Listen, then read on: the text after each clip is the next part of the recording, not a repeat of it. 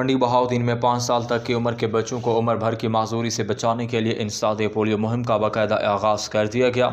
Deputy commissioner Adeel Haider ने children अस्पताल में मासूम बच्चों को पोलियो से बचाव के कतरे पिलाकर इस 4 रोज़ा मुहिम का इफ्तिताह किया। इफ्तिताही तकरीब के बाद मीडिया से गुफ्तगू करते हुए डिप्टी कमिश्नर का कहना था कि 13 अप्रैल से 16 अप्रैल तक जारी रहने वाली इस मुहिम के दौरान 3,14,000 से ज़्यादा बच्चों को वैक्सीन पिलाने का हदफ मुकर्रर किया गया है। इस अजीम मकसद के लिए महकमा सेहत के तकरीबन 3,000 वर्कर्स मैदान में मौजूद हैं, जिनमें घर घर जाने वाली टीमों के साथ साथ फिक्स्ड और ट्रांसिट पॉइंट्स पर भी अमला तैनात किया गया है।